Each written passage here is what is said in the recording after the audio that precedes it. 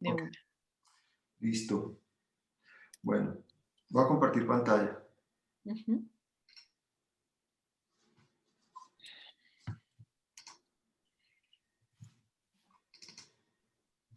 ¿Ves mi pantalla? Tu pantalla. Ok, bueno, vamos a empezar con esto. Lo que me suscita, Sí, lo que te suscite, lo que te active, lo que te surja en el pensamiento con esta... Si alcanzas a leer el texto corto que hay arriba, la palabra. sí, sí, sí estaba pensando en eso, ¿no? Como que me parece que la palabra es paradójica frente al objeto que expones allí. Em, Porque justamente creo que el objeto pues me suscita como el quiebre, la ruptura. Incluso estaba pensando si era posible pegarlo, ¿no? Como reconstruirlo. Mm, Pero creo que esta sería una tarea monumental, ¿no? Para este objeto. claro. Es tan Sí. monumental como la pérdida de un familiar por un hecho violento. No, no digamos porque mira, si tú logras tener un objeto, digamos un vaso que se rompa, pero digamos no se rompe, por ejemplo este es un pocillo que yo quiero montones, ¿sí? Y a este pocillo se le rompió de dónde sostenerlo. Y yo lo pegué y puedo seguir tomando en este pocillo, ¿sí? Yo creo que cuando uno pierde un familiar por un hecho violento, es fuertísimo porque es una cosa abrupta, indignante, agobiante, pero así como este pocillo, tú puedes lograr con esa pérdida em, reparar cosas, entender cosas, em, aproximarte de pronto a un país, a una realidad de país que de pronto estabas muy lejano. O sea, pueden pasar un montón de maneras de hacer algo con esa pérdida, ¿sí? Así como la palabra es paradójica con respecto al sentido de la imagen, con respecto a la pérdida, ¿qué podría ser paradójico y al mismo tiempo generar un proceso de, llámalo como quieras, aceptación, curación, reflexión, comprensión?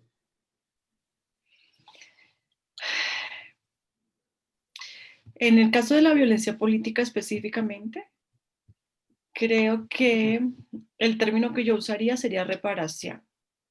Es decir, creo que nada va a volver a ser igual cuando tú pierdes una persona em, de una manera tan,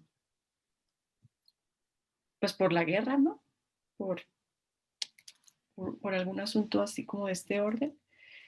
Creo que no va a ser igual. Pero sin embargo, lo que yo he visto en los procesos que he acompañado es que, y lo que puede ser paradójico, es que justamente puede cobrar mucho sentido para una persona familiar de, de alguien, de una persona desaparecida, de, sí, de alguien como de este contexto, justamente el hecho de entrar a intentar reivindicar lo que pasó, de intentar descifrar, de intentar entrar en un proceso como de dignificación de esa pérdida de esa situación, puede ser muy potente y puede resignificar esa experiencia, ¿sí? Pero también puede ser devastador, pueden suceder las dos cosas. O sea, puede ser absolutamente devastador y paralizante. Pueden pasar las dos cosas.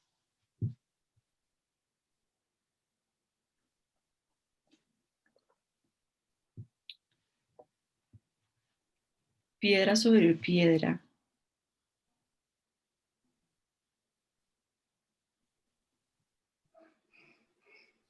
Lo pesado y lo ligero.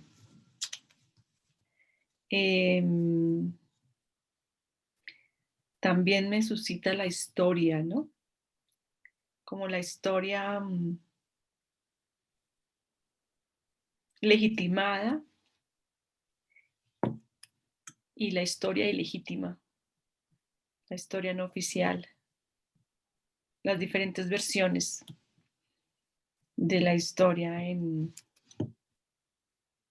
un contexto como el nuestro, ¿no? ¿Cómo se reelaboran esas historias de violencia en las constelaciones familiares? O sea, ¿cómo se retrotrae hacia el presente ese pasado oscuro que no queremos ver, que nos hace daño, incluso de manera inconsciente?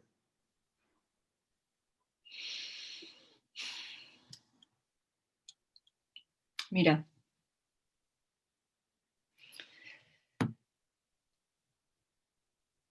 hay un montón de información que no conocemos, ¿sabes? Pero a veces simplemente como yendo un poquito atrás, como conversando, por ejemplo, yo conversando con mi abuela, ¿sí?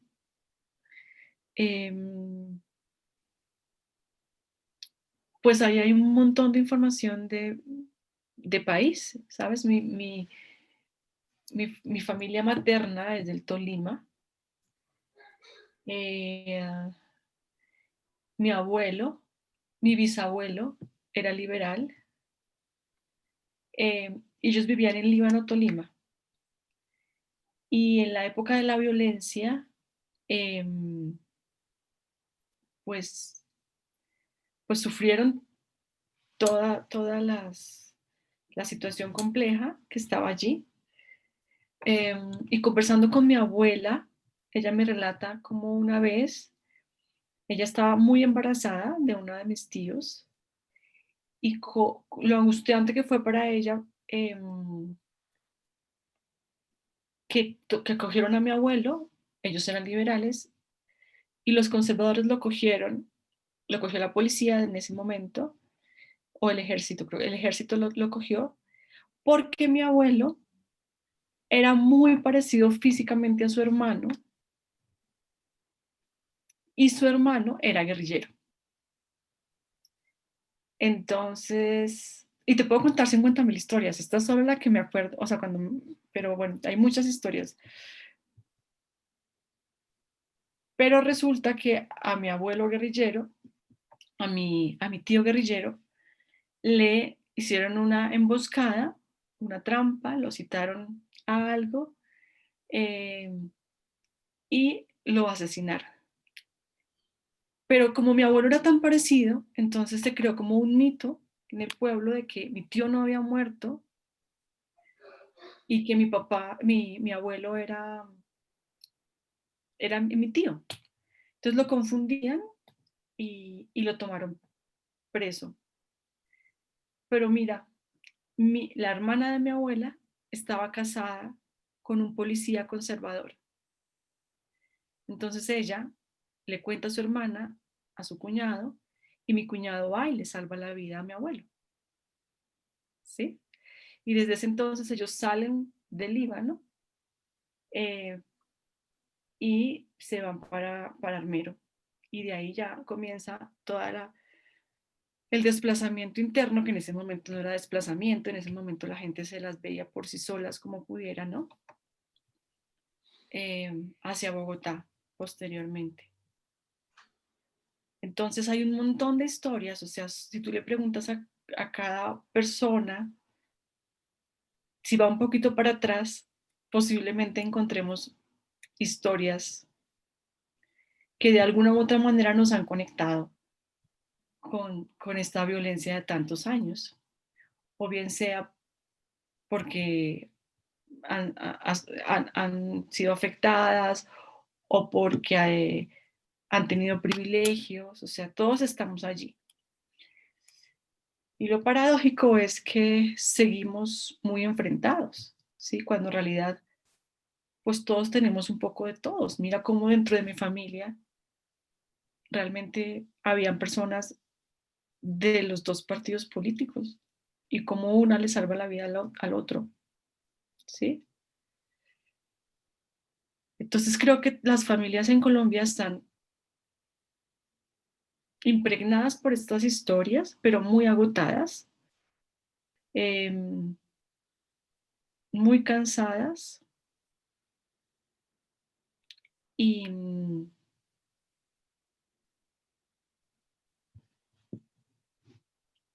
sin saber mucho qué hacer con todo esto, ¿no?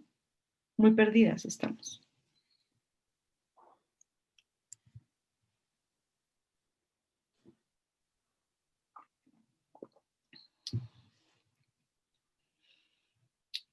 Mm,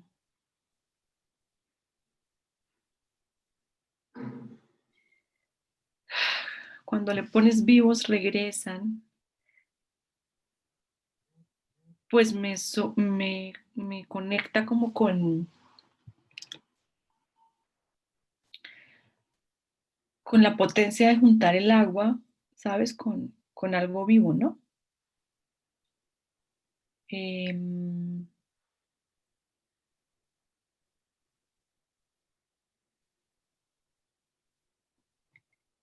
y hay muchas formas de no dejar morir, ¿sí? Cuando alguien, obviamente cuando tú me pones vivos regresan, yo inmediatamente pienso en desaparición forzada, ¿sí?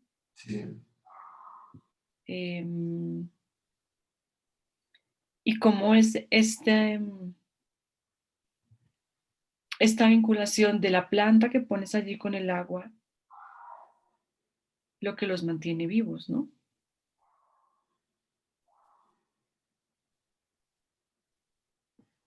Mm. ¿Cómo impacta en la familia y en los descendientes de una familia un caso, por ejemplo, como el de la desaparición forzada, en términos psicológicos? Mm. Claro, el impacto es total porque lo primero que te puedo decir es una familia que no puede hacer el duelo, ¿sabes? Cuando tú sabes que se te murió X familiar, se te murió, tú lo enterraste, tú te despediste, tú lo lloraste y tú sabes que ya no va a volver a, no lo vas a volver a tener por lo menos allí presencialmente. Lo que sucede con la desaparición forzada es que la persona se desaparece de un momento a otro. Entonces tú no tienes este proceso de elaboración de duelo, tú no puedes enterrar, ¿a quién vas a enterrar? ¿Sí?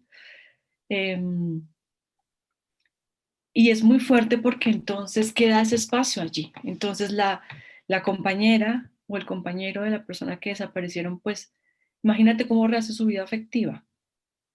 ¿Sí? Si no sabe en qué momento, qué tal que les llegue el otro. ¿Sí? Eh, hay como muchos pares de la vida en hasta que llegue, hasta que no llegue, ¿será que va a llegar? Em, ¿Será que no? ¿Sí? Mm, y esta sensación permanente, entonces, por ejemplo, suceden cosas como que la persona que desapareció siempre llegaba del trabajo a las 6 de la tarde. Eh, y la mamá todos los días a las 6 de la tarde escucha a la puerta cómo llega su hijo, ¿sí? Entonces es una situación que produce una serie de... Y ella no está loca, ¿sí? Ella lo que está es tratando de que él esté vivo, ¿sí? Entonces es toda una serie de reacomodación de la vida en un escenario muy complejo, muy complejo, eh, donde realmente lo más importante es saber qué pasó. Así te entreguen el cadáver, ¿sí? Ya al final, después de un tiempo, ya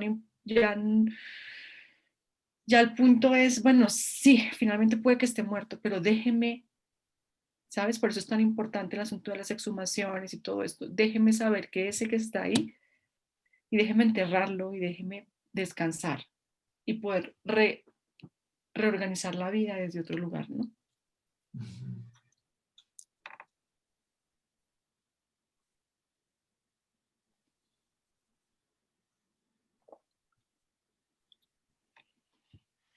Vuelvo a mi tierra. ¿Eso es un bambú? Sí. Un bambú. Bueno, cuando me pones esto de vuelvo a mi tierra, pienso en el exilio, por ejemplo, o pienso en el desplazamiento o en la migración, ¿sí? Como en estas consecuencias, digamos, de,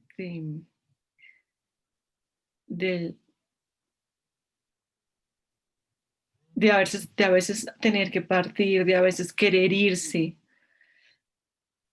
digamos, de un país expulsor. Mm, y esta paradoja de extrañar lo conocido, pero finalmente en cualquiera de los tres casos de manera diferencial, ese volver a la tierra, pues es otra tierra, es otro momento. Cuando regresas, en el caso extremo, por ejemplo, del desplazamiento forzado y los procesos de retorno, pues es otra tierra, porque esa tierra a la que, si puedes regresar a la misma tierra, pues tienes que hacer algo con esto que ya pasó. Y aquí pasan cosas horribles, como esos lugares que antes eran lugares de lo colectivo, del encuentro, muchas veces son utilizados estratégicamente como un elemento de la guerra psicológica para cometer allí los actos de barbarie. Entonces allí pueden, en estos espacios colectivos, el parque, la iglesia, pues es donde se ha torturado, se ha producido algún hecho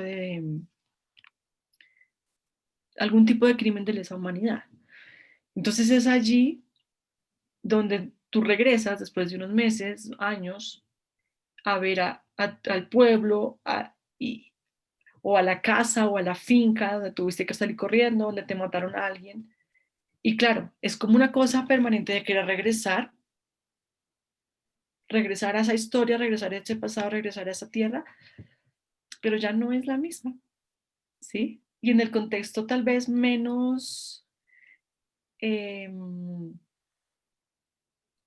sé cómo, fuerte, pero no tan violento como puede ser el desplazamiento, como es la migración, pues simplemente el hecho de esta añoranza del origen, pero, o del exilio, esta añoranza del origen, de volver, pero después de unos años, pues cuando llegas es otro país, es otra gente, es otro contexto, es, es un poco de lo mismo, pero muy distinto, y es sentirse raro, y es intentar volver a encajar, y es todo un asunto. Este lugar del origen, de estar lejos, de esta sensación de ir y de regresar a la tierra.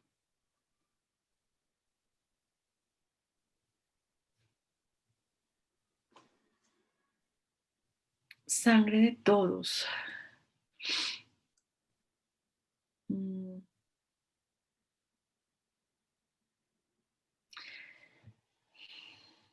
Pues creo que es un poco como el origen de todo esto, pero también creo que podría ser parte de las alternativas que tenemos. O sea, cuando veo sangre de todos y veo como este retoño allí y este verde,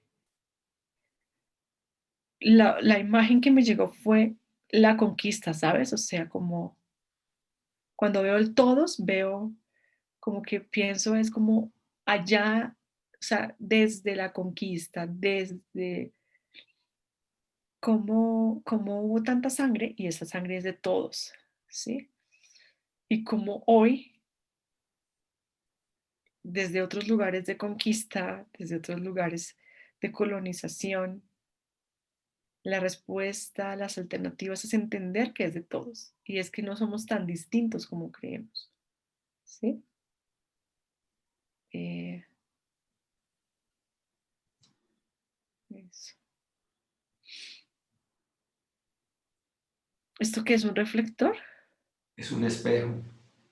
Es un espejo. Ujú. Eh, sí, yo sí creo que el perdón es eso. El perdón es dejar de ver lo que, como lo que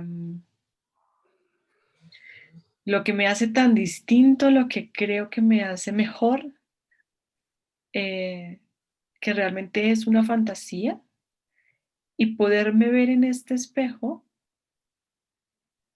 y ver que realmente no somos tan lejanos, ¿no? Mm, ¿Qué papel tú percibes en la mujer colombiana en este proceso de la violencia? ¿Se podría hablar de una posición, de una manera de comportarse? las mujeres, yo creo que las mujeres han encontrado, se han abierto como un lugar importante, ¿sabes? Las las mujeres campesinas, las mujeres afro, las mujeres indígenas, las mujeres mestizas, las académicas, las estudiantes, las urbanas, em, creo que han posibilitado de alguna manera como lo que se me viene a la mente inmediatamente es como esta frase que he escuchado tantas veces en diferentes espacios sociales y políticos de que las mujeres no queremos parir más hijos para la guerra, ¿no? Em,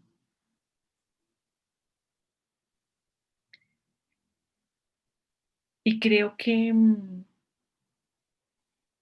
tenemos otros lenguajes, que tenemos otras maneras de oficiar, otros caminos que ofrecer también, ¿no? Mm,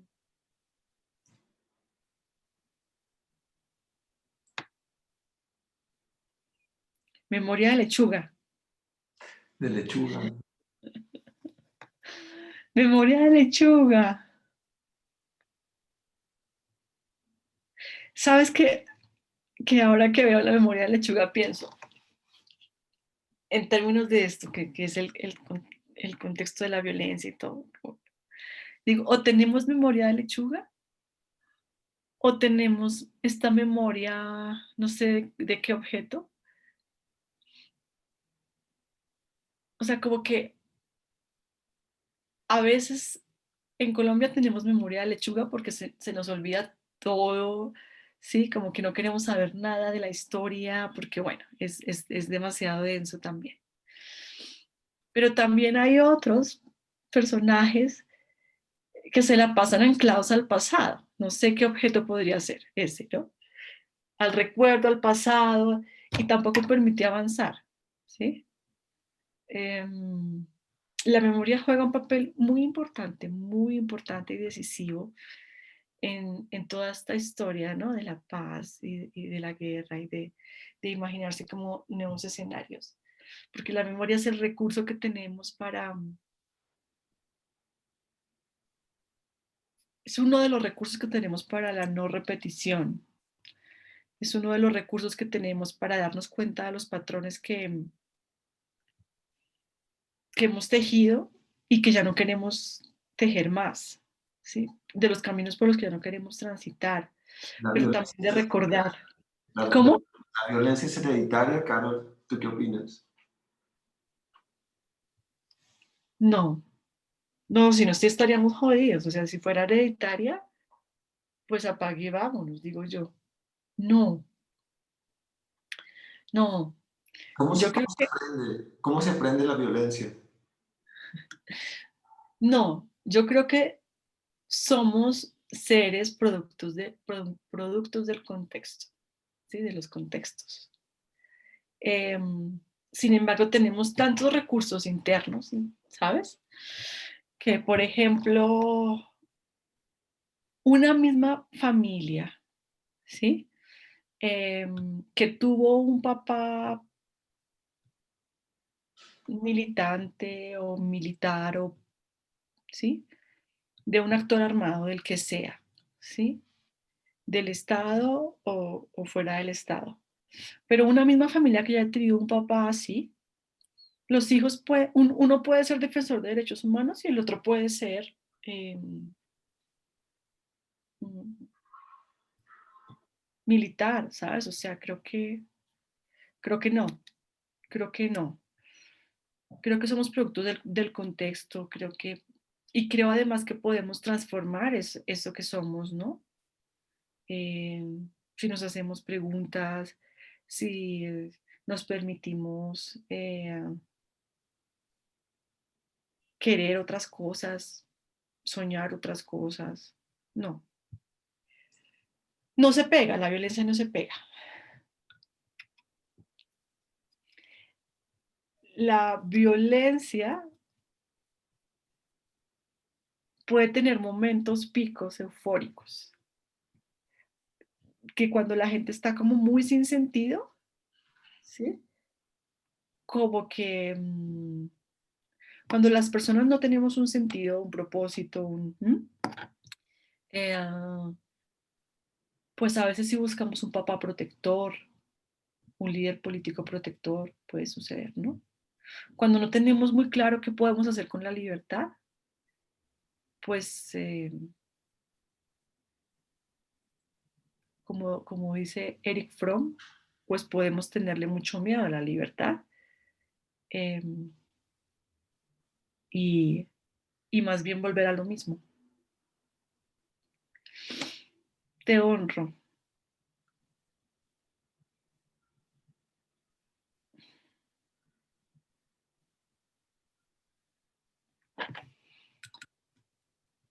Sí, yo creo que en el honrar nuestra historia, en el honrar lo que somos, eh, es que tal vez podemos ver otras cosas, ¿no? Como entender que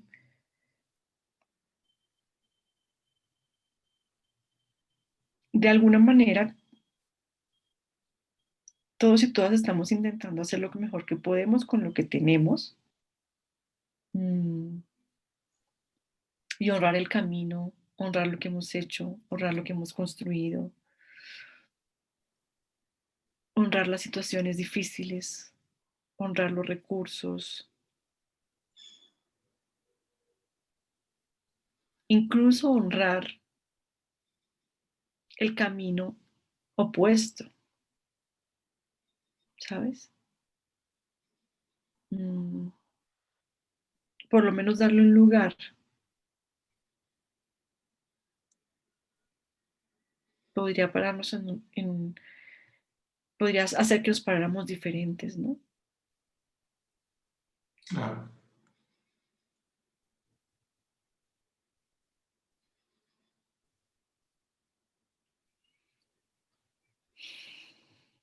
No todo se vale.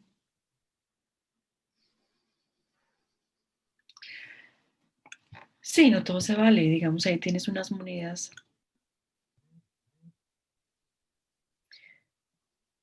No todo se vale.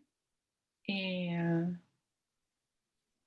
a mí esta imagen me hace pensar, es como en los recursos ecológicos, ¿no? Que tenemos, como el carbón, nuestras maderas, los recursos culturales que tenemos. No todo se vale, ¿sí? No La, todo se compra con plata. claro. La dignidad no se compra con plata. Un familiar no se compra con plata. El agua no se compra con plata. ¿Tú cómo interpretas el hecho de que la violencia haya estado presente en Colombia por tantas décadas, de manera casi que ininterrumpida? Que es algo que no, digo, en otros países puede ser que haya un pico de violencia, pero luego eso desaparece. ¿Por qué en Colombia pasa eso? Ay, no sé, no sé futuro, digamos que es como, esa es la pregunta del millón. Eh,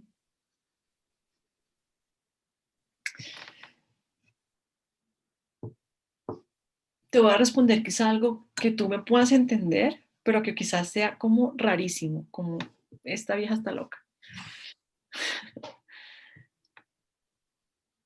Y es que este territorio, Colombia, ¿sí?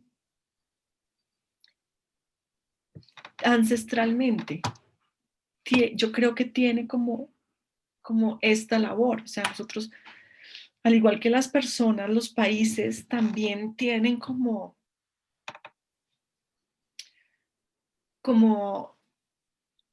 la mayor luz y la mayor sombra, ¿sabes?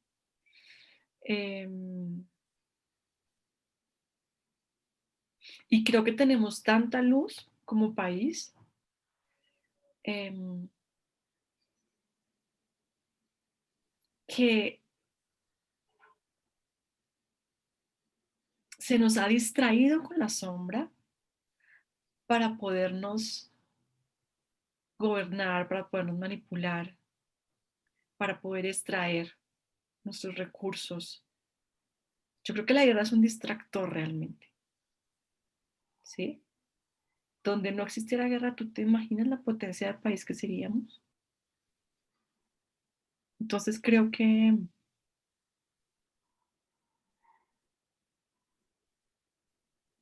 creo que allí como que tenemos que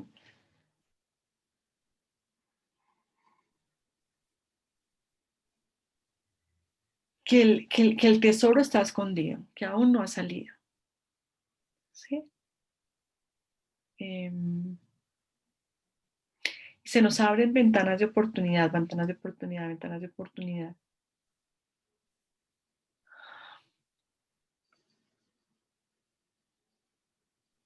Pero quizás tal vez todavía no estamos preparados y preparadas para la libertad.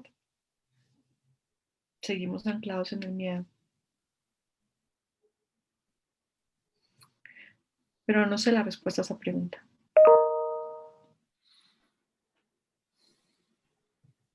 Justicia.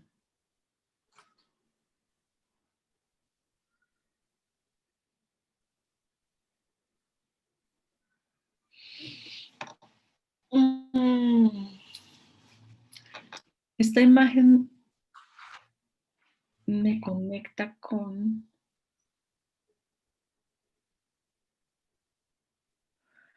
lo importante que es el orden en términos, digamos, de,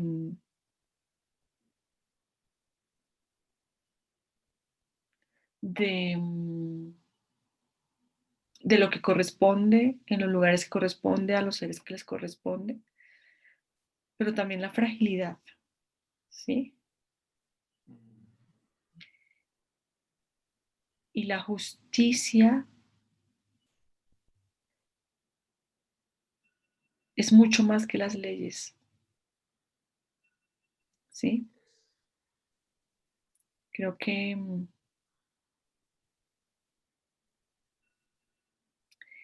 creo que estamos muy desconectados como país de,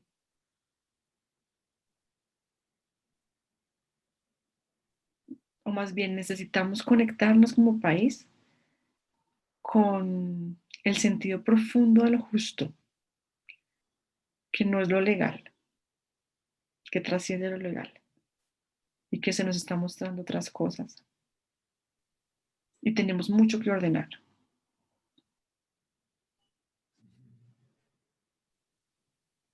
¿Esto es un pimentero? Sí. Te cuido. Te cuido con pimienta. Realmente el origen de esta imagen era una que tenía las palabras niños, mujeres, ancianos.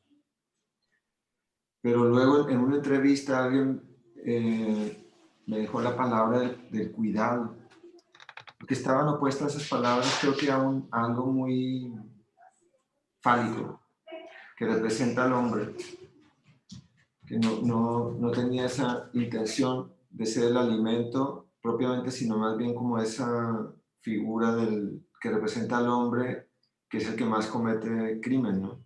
Y el que más recibe la comisión de esos crímenes.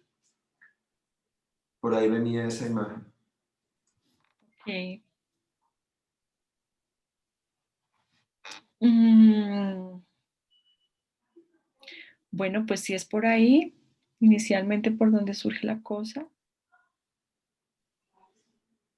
sí, creo que, creo que esa es una ventana de posibilidad, ¿no? Que, que integremos un poco más como hombres y mujeres ese lugar masculino y lo honremos, ¿no? No como un lugar bélico, no como un lugar de dominación, no como un lugar de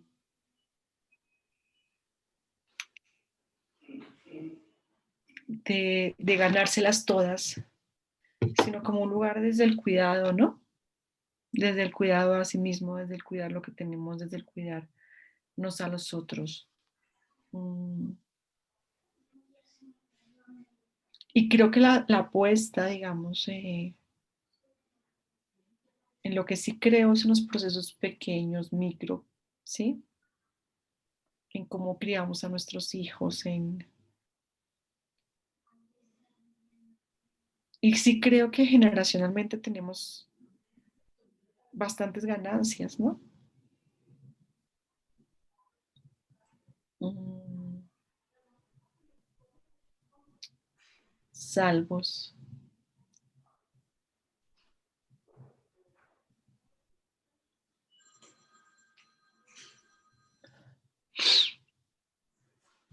Em, ¿Qué será? Sálvese quien pueda. Em,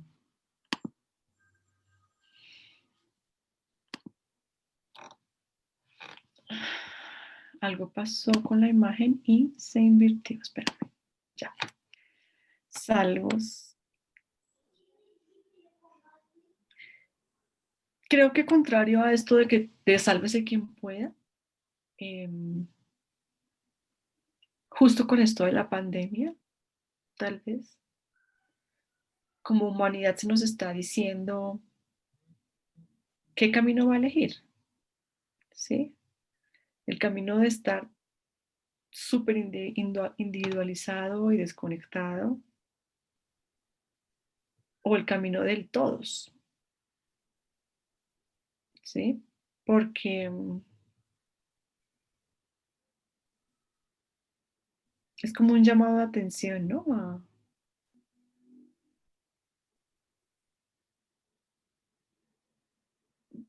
Nos cuidamos a nosotros, cuidamos el planeta, cuidamos, o nos vamos a destruir, a autodestruir. Esta es la última.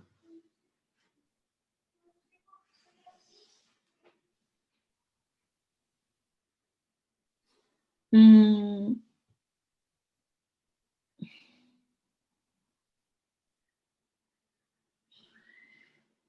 Mira que tú a esa naranja o a ese limón, em,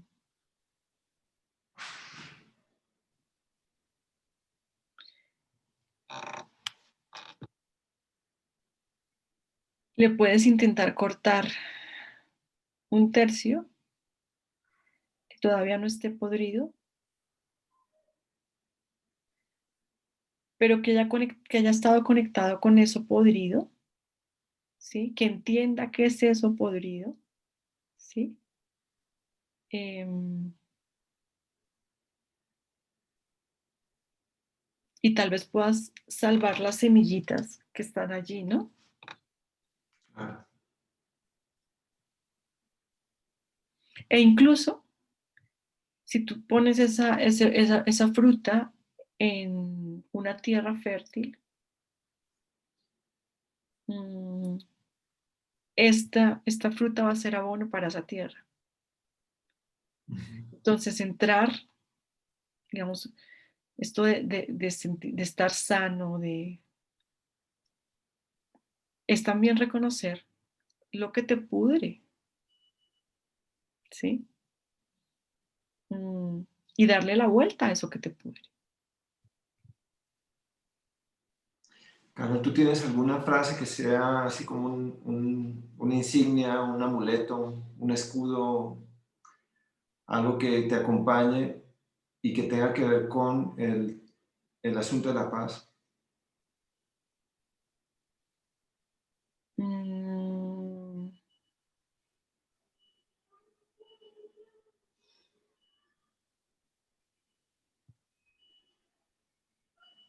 pues digamos que mi apuesta siempre ha sido en los últimos años em,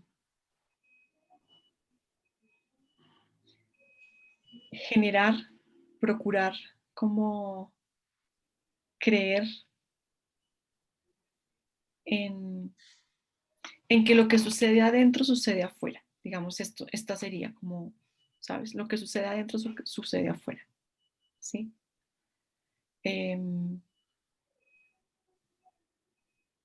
y si logramos em,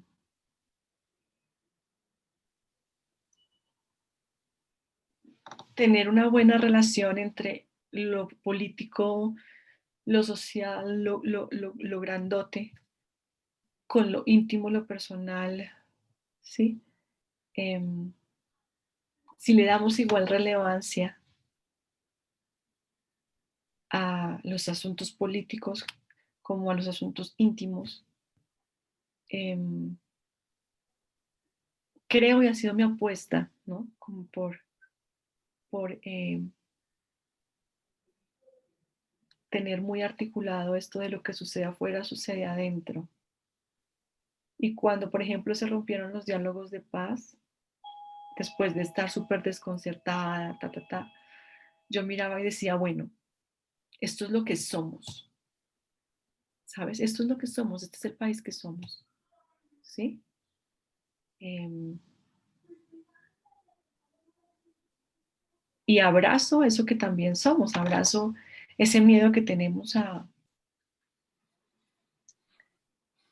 pensarnos y a vivir por fuera de esta guerra. ¿Mm? Pues mira, a partir de estas conversaciones que estoy sosteniendo con así especialistas y personas que han reflexionado sobre este tema de distintos ángulos, estoy desarrollando unas piezas urbanas de arte.